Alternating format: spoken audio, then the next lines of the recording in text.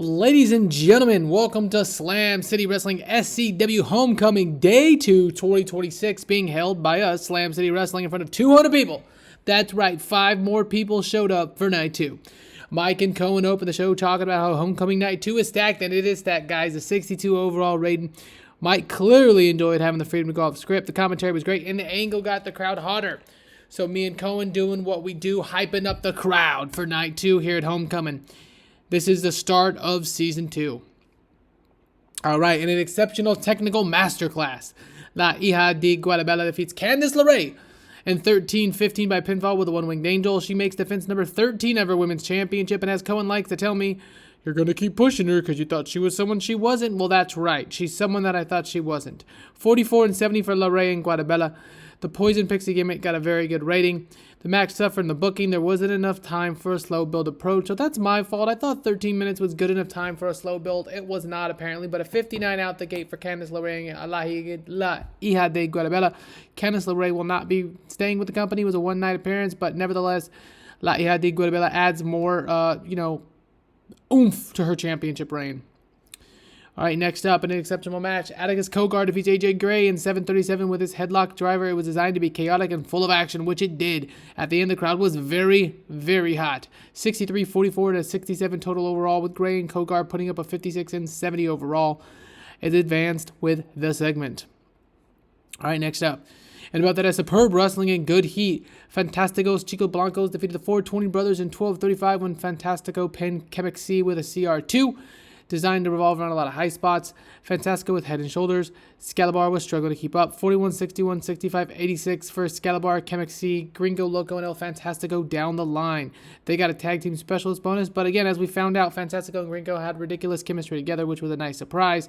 They look great, and Fantastico's looking like a future champion potentially. Maybe a big babyface run. 63-25-74 for the Fantastico Chico Blancos. All right, next up, and about that, had good wrestling in a 6-way scramble. Lindsay Snow defeated La Hydra, Utami Hayashishida, Zoe Sky, Lady Flammer, and Dulce Tormenta in 10:22 when she pinned Dulce Tormenta. Utami Hayashida was head and shoulders above everyone else. 35, 47, 67, 41, 49, and 44 for Dulce Hydra, Utami, Zoe, Lady, and Lindsay down the line. We were great on commentary. Lots of notes here. Utami is getting better at his gimmick. So right here, Utami Hayashishida, she's someone we might use in the future. I'm not really sure what we're going to do. But, this was a nice 6-way women's scramble to get some of our women's on a show.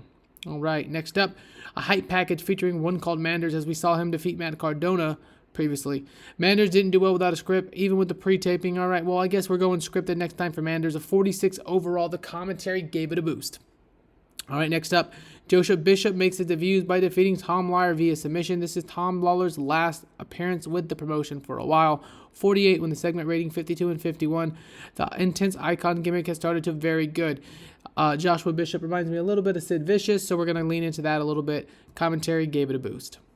All right, next up, we had Joey Janela and Alex Zane both making their debut. Joey Janela defeats Zane in 9:35 with a moonsault foot stomp. 28 and 48. The sauce gimmick got a great rating. Janela's bad boy gimmick got a great rating. Lifted it. Rusty for Zane, 43 overall. Janela's ratings are better than this, so I'm not really sure what happened, why it was so low, but nevertheless, we'll move on. All right, next up, Mance Warner's backstage cutting a promo. He talks about his broken ankle, needing to need some time, but still talking about how he injured an ankle or not. He was absolutely sent John Kashai into fucking retirement.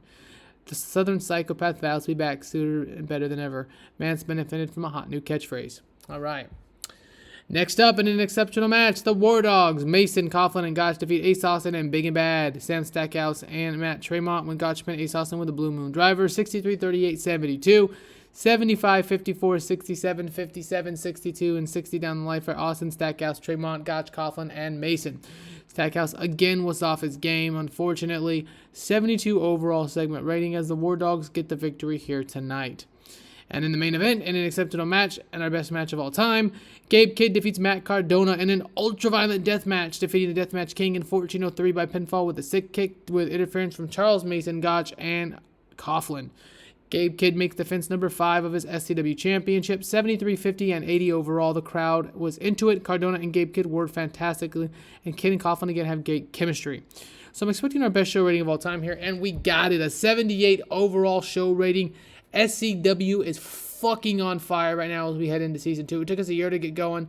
We're using mostly indie workers. We're building up guys as we go. But if you've been following along, it's been a great ride so far. This show increased our popularity in a fucking total 57 regions. Let's go.